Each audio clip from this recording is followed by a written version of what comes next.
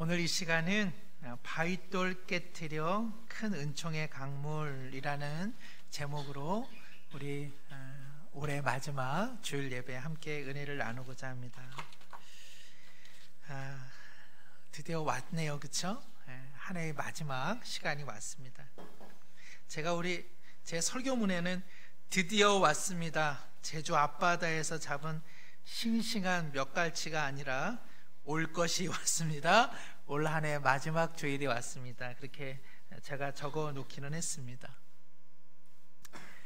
우리 김선영 목사님 가정은 지난 주간 월요일 할머님 갑작스레 소천하셔서 급한 연락을 받고 대전에 내려갔는데, 이튿날 발인을 앞둔 화요일 오후에 3살박이 되는 민서가 장례식장에서 넘어져서 이 턱이 찢어지는 큰 사고가 있었습니다. 응급 상황이었는데 대전 근처에 마땅한 소아 전문 병원 또 소아 전문의가 없어서 그 밤에 이제 서울까지 이제 한 걸음에 달려와서 24시간 하는 소아 전담 병원에서 치료를 잘 받았습니다. 어제 우리 김 목사님 점심을 잘 드시는 걸 보니까 딸이 많이 좋아지고 있는 것 같다, 그런 생각을 했습니다. 그런데 뭐 그렇겠습니까? 그 김선영 목사님 제게 그런 말씀을 하더라고요. 목사님, 금번 크리스마스는 잊을 수 없을 것 같습니다. 갑작스레 할머님 돌아가셔서 성탄절이 발인의 시간이었고 또 사랑하는 딸이 턱에 큰 상처를 받았으니까는 그 부모의 마음이 어떠했겠습니까? 제가 그 이야기를 들으면서 한 살 먹는 게 아이들도 쉽지 않구나, 거저되는 거는 아닌가 보다, 그 생각을 했습니다. 우리 성도님들께서도 뭐 한 해 왔다가 또 가는 거지 싶지만은 한 살 드시는 게 쉬운 일은 아니죠. 뭐 떡국이야 술렁술렁 넘어갈런지는 몰라도 한 해 하나가 다르시잖아요. 올해 달로 치면 12달, 그리고 주간으로 하면 52주, 365일이 시간으로 하면 8760시간이라고 합니다.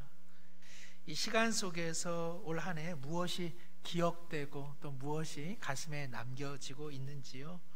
오늘은 한 해를 마무리하면서 기억에 대한 이야기로 말씀의 문을 열고자 합니다.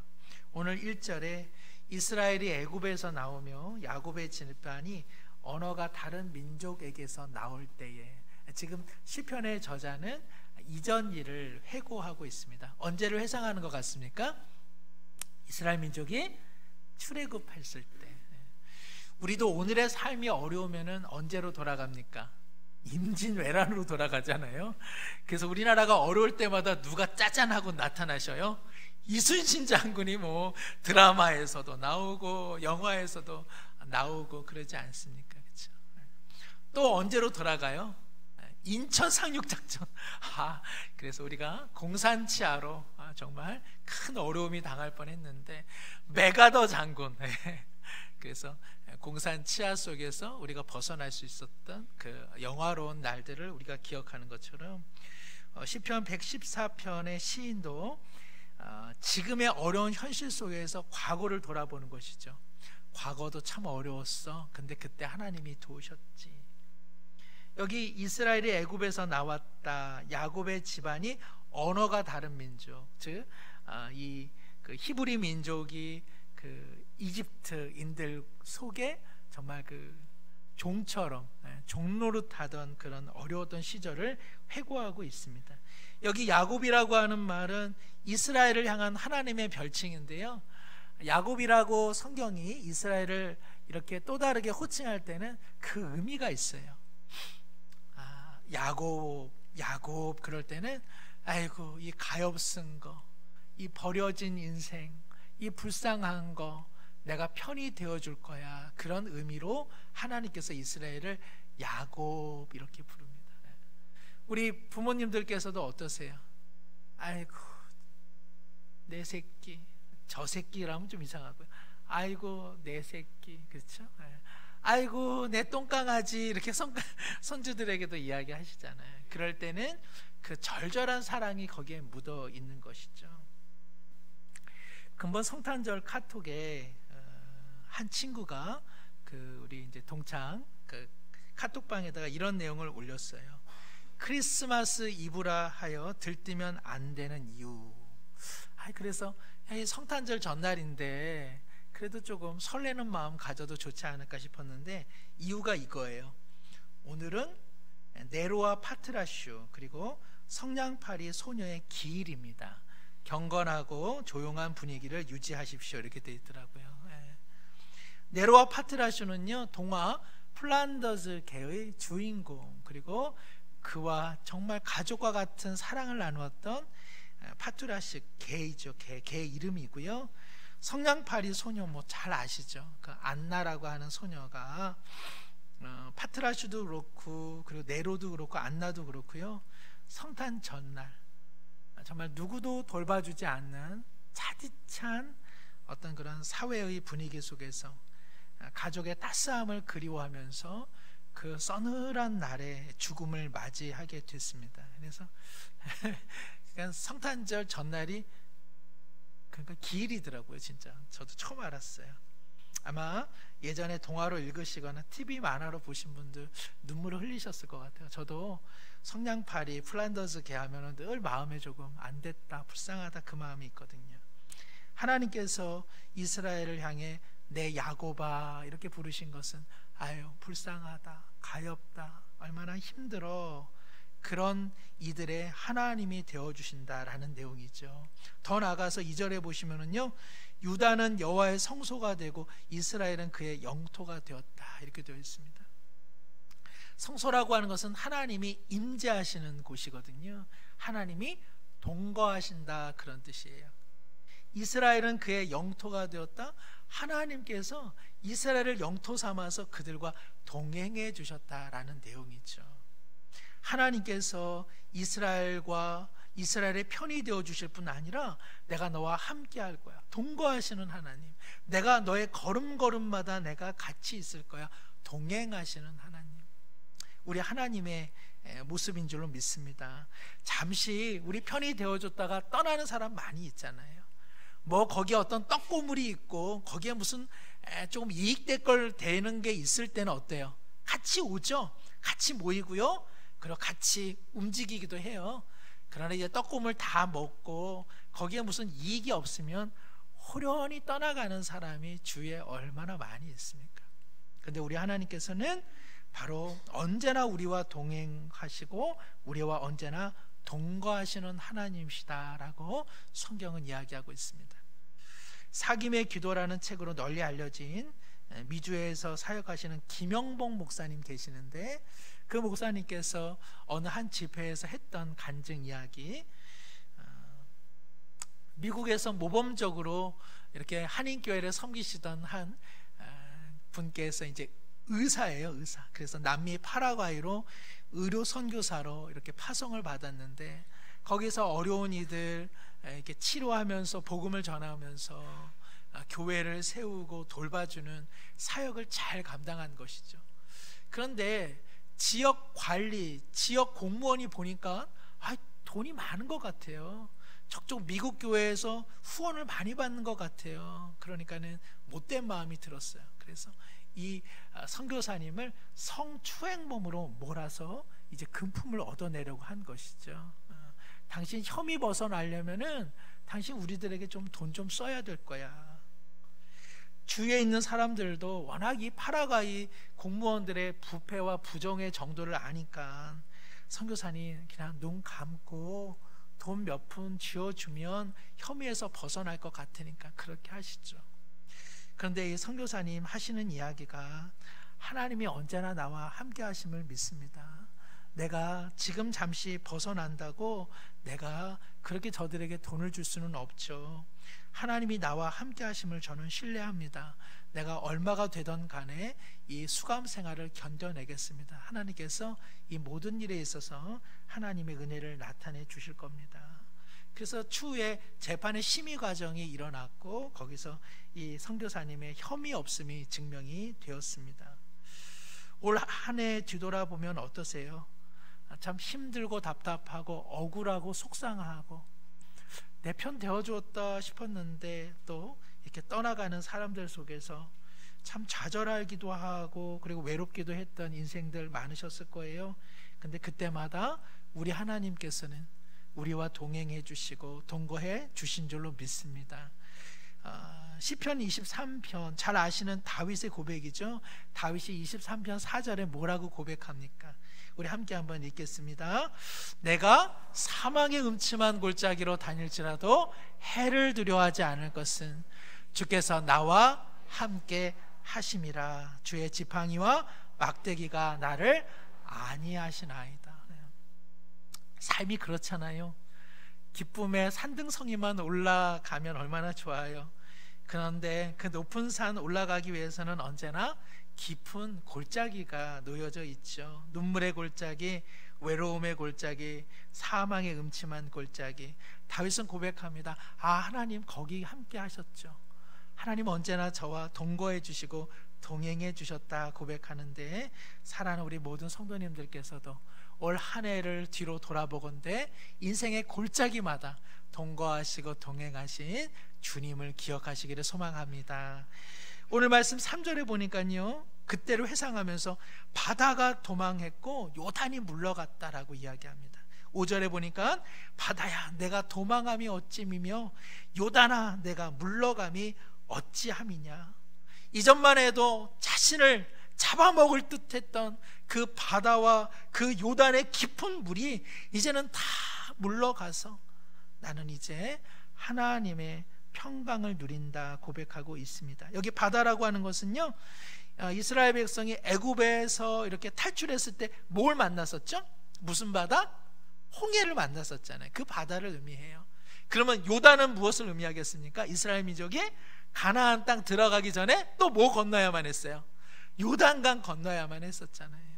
여기 바다와 요단이라고 하는 것은 이스라엘 민족의 삶의 처음부터 끝까지, 그리고 그 모든 고통과 캄캄한 인생의 시작과 마지막까지 하나님 함께 하셨다라고 고백하고 있는 것입니다. 삶은요, 그런데요, 요단강과 홍해만 있지는 않죠. 그러니까 이스라엘 민족이 홍해를 건너서 그만 가나안으로 들어간 게 아니잖아요. 어디를 거쳐야만 했어요? 광야를 거쳐야만 했죠. 그러니까 여기 본문에 바다와 요단이라고 하는 것은 다만 두 가지를 말하는 게 아닌 것이죠. 바다, 그리고 광야, 그리고 홍해. 우리 인생의 모든 순간순간마다 하나님 함께 하셨다라고 고백하고 있습니다. 이스라엘 민족 고생 많이 했습니다. 그렇죠? 애굽을 탈출했더니 뭐 그냥 가나안으로 들어가는 줄 알았는데 홍해 건너야 됐고, 홍해 건너고 나니까 어떤 일이 있었어요? 목이 마르잖아요. 물 먹고 싶어요. 고기가 없어요. 옛날이 그리워요. 향수병으로 그들이 지독한 어려움을 경험하지 않았습니까? 정신 차리고 나니까는요, 또 주위에 많은 이민족들이 그들을 공격하려고 호시탐탐 노리고 있었고요, 길을 잃어버려서 또 길을 찾느라고 수일을 방황해야만 했습니다. 내분이 일어났고요, 지도자에 대한 불신과 불만이 일어났었어요. 어찌어찌하여 이제 가나안 문턱에 다다르기는 했는데 하나님이 야 너희들은 못 들어간다, 너희 다음 세대가 들어갈 수 있어. 그리고 그들은 요단강을 또 건너야만 했었습니다. 올 한 해 어떠세요? 다 감사하고 다 하나님 앞에 참으로 주님의 뜻이었습니다라고 고백은 할지언정 가만히 뒤돌아보면 참 힘든 일 많았잖아요. 우리 장로님 오늘 기도해 주셨지만은 정말 우리나라 다이나믹해도 이렇게 다이나믹한 나라가 없어요. 이렇게 버라이어티한 나라가 없습니다. 그렇죠? 하여튼 우리나라는 심심할 겨를이 없어요. 정신을 싹 빼내요. 그냥 그게 인생이잖아요. 하나님 믿어 홍해를 넘으면 가나안인가? 안 그렇죠. 모든 인생에 참 힘겨움이 많고요, 거기 사연이 많습니다. 그런데요, 우리는 이 어려움 속에서도 하나님의 은혜를 기억하는 것이죠. 그리스 신화에는요, 레테라는 강이 있습니다. 레테의 강. 이 강은요 무엇을 의미하느냐 하면 죽은 사람이 저 세상에 갈 때 이 레테라고 하는 강을 건넌다고 합니다. 왜 강을 건널까요? 이 강물을 마셔야만 해요. 그래야 이 땅에서의 모든 기억을 다 벗어던지고 저 세상에 들어갈 수 있기 때문에 그렇습니다.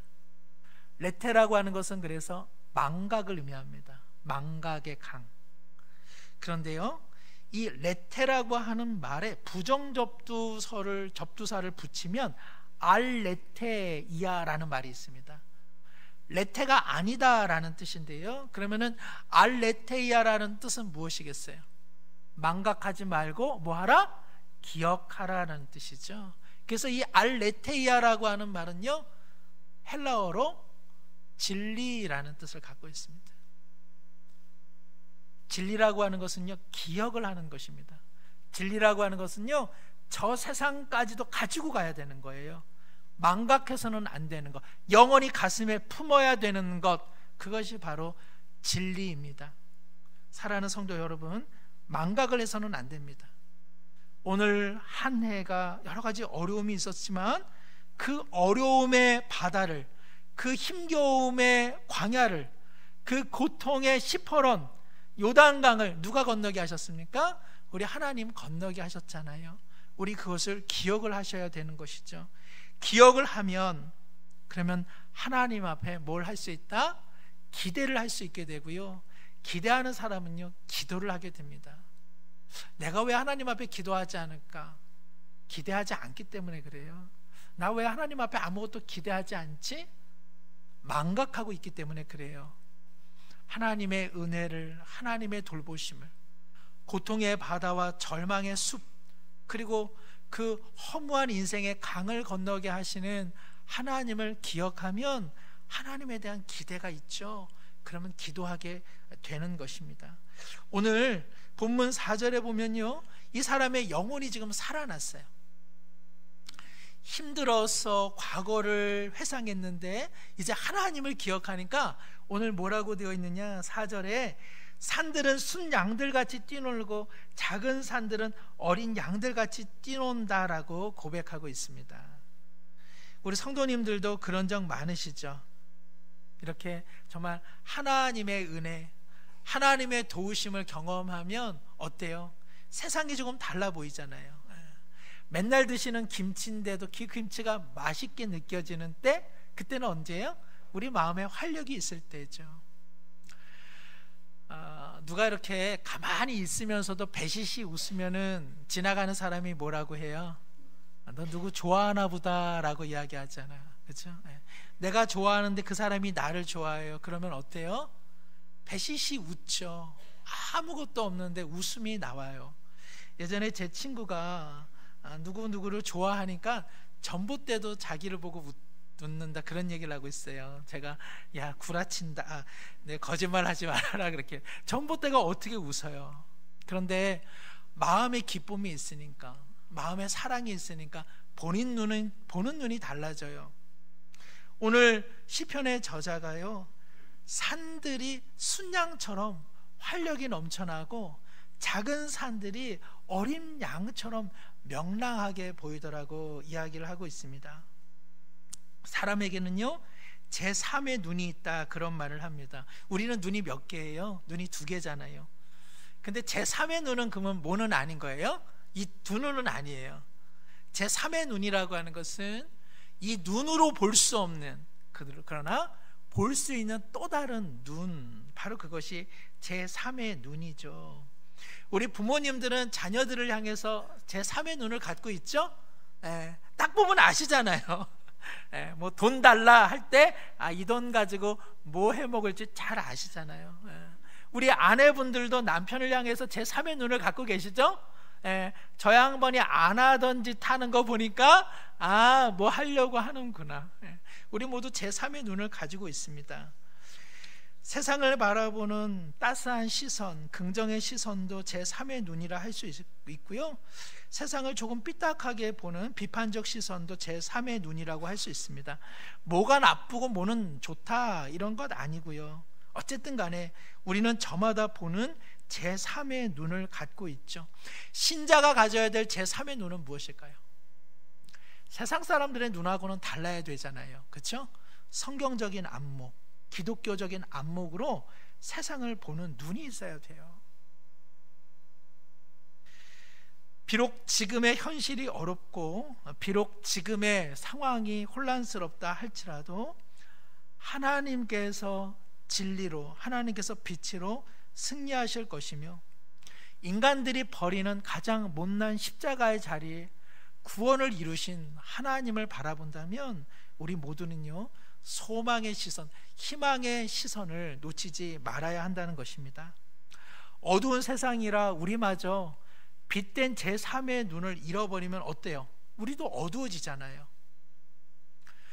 불의한 세상이라 하여 진리의 눈을 잃어버리면 우리 눈도 감기우지 않겠습니까?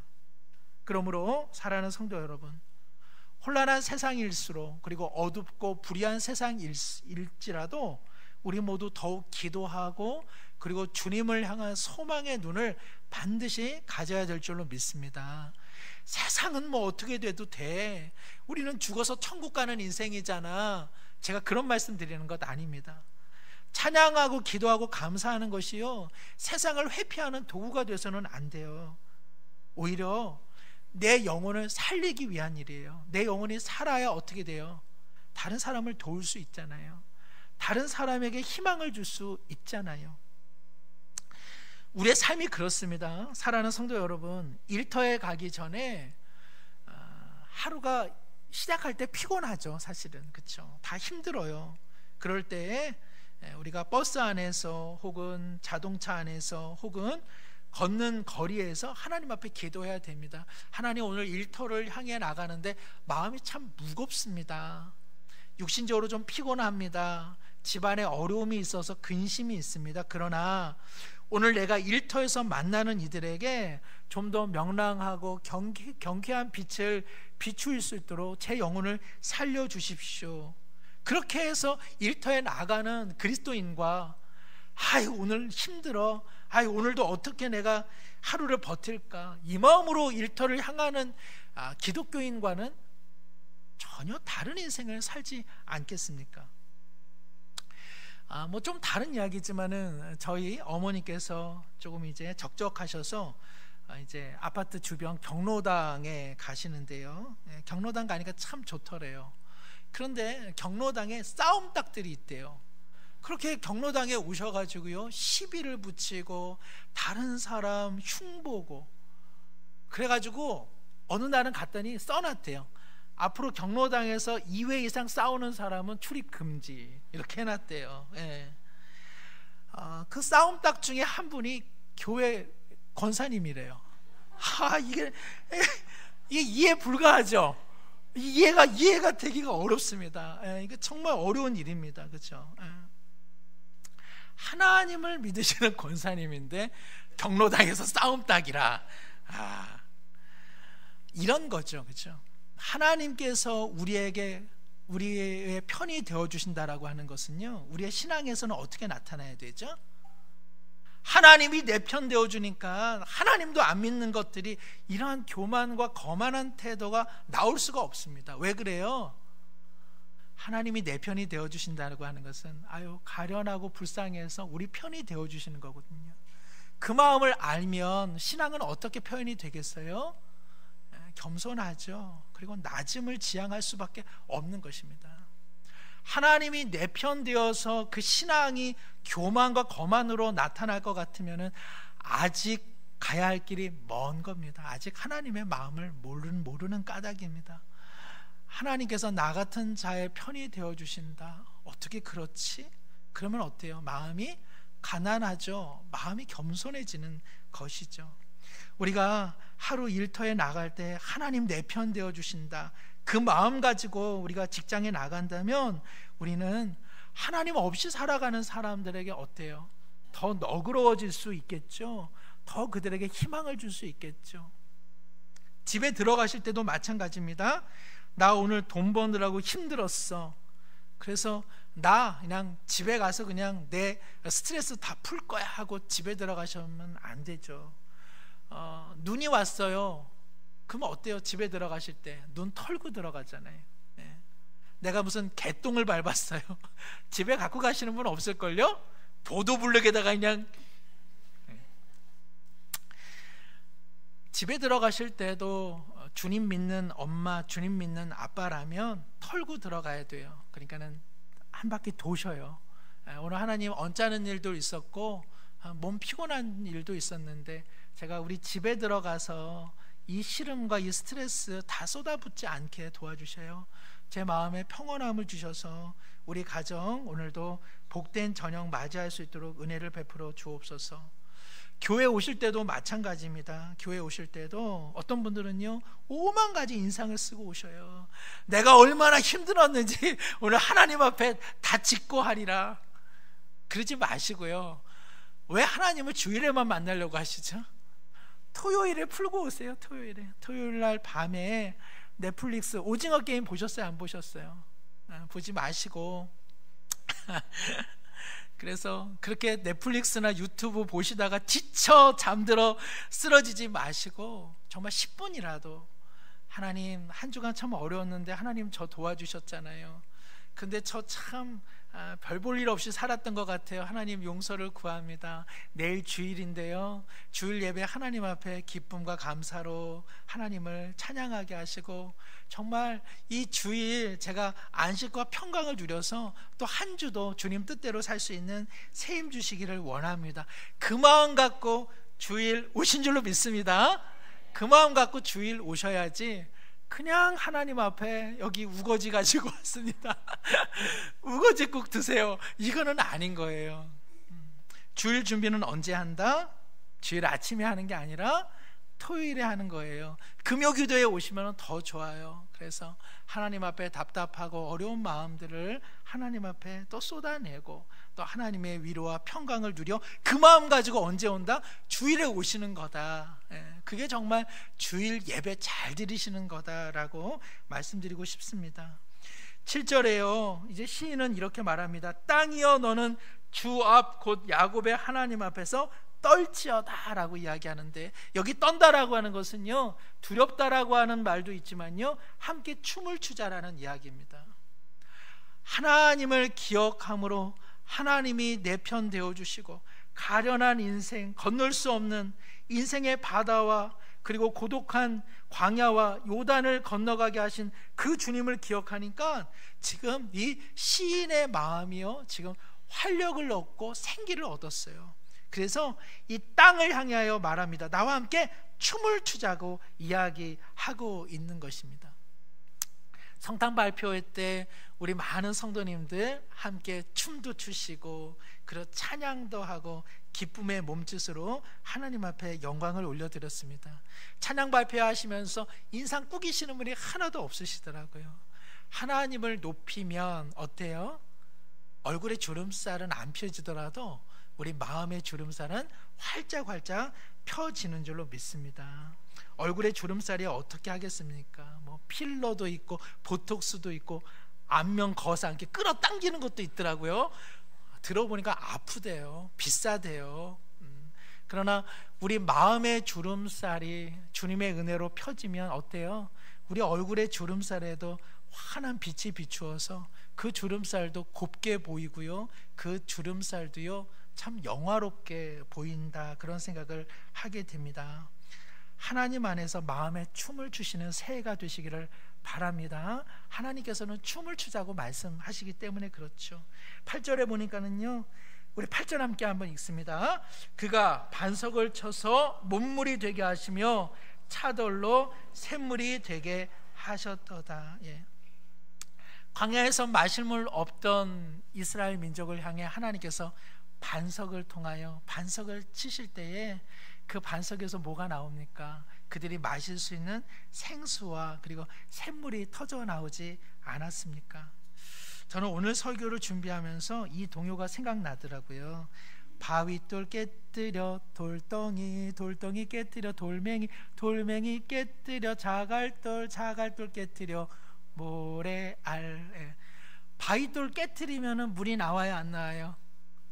돌멩이만 깨져서 결국은 모래만 나올 뿐입니다. 그렇죠? 물은 언제 나오죠? 2절에 나와요. 도랑물 모여서 개울물, 개울물 모여서 시냇물, 시냇물 모여서 큰 강물, 큰 강물 모여서 바닷물. 물은, 큰 강물은 어디서 나오죠? 물과 물이 모여야 돼요. 근데 오늘 시편은 뭐라고 이야기해요?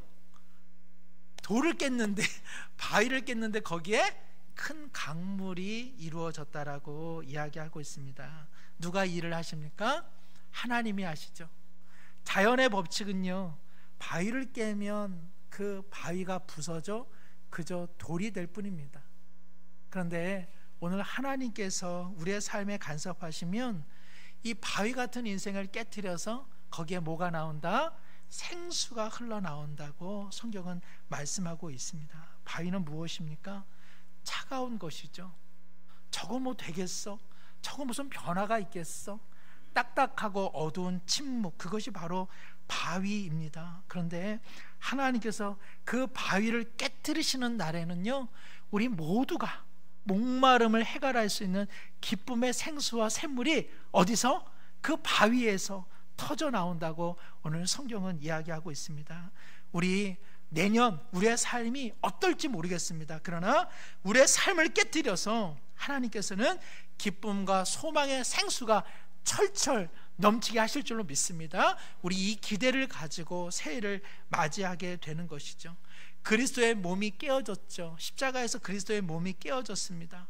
그리스도의 몸이 깨어질 때 거기서 무엇이 흘러나왔습니까? 거기에 보혈이 있었습니다. 생수가 있었습니다.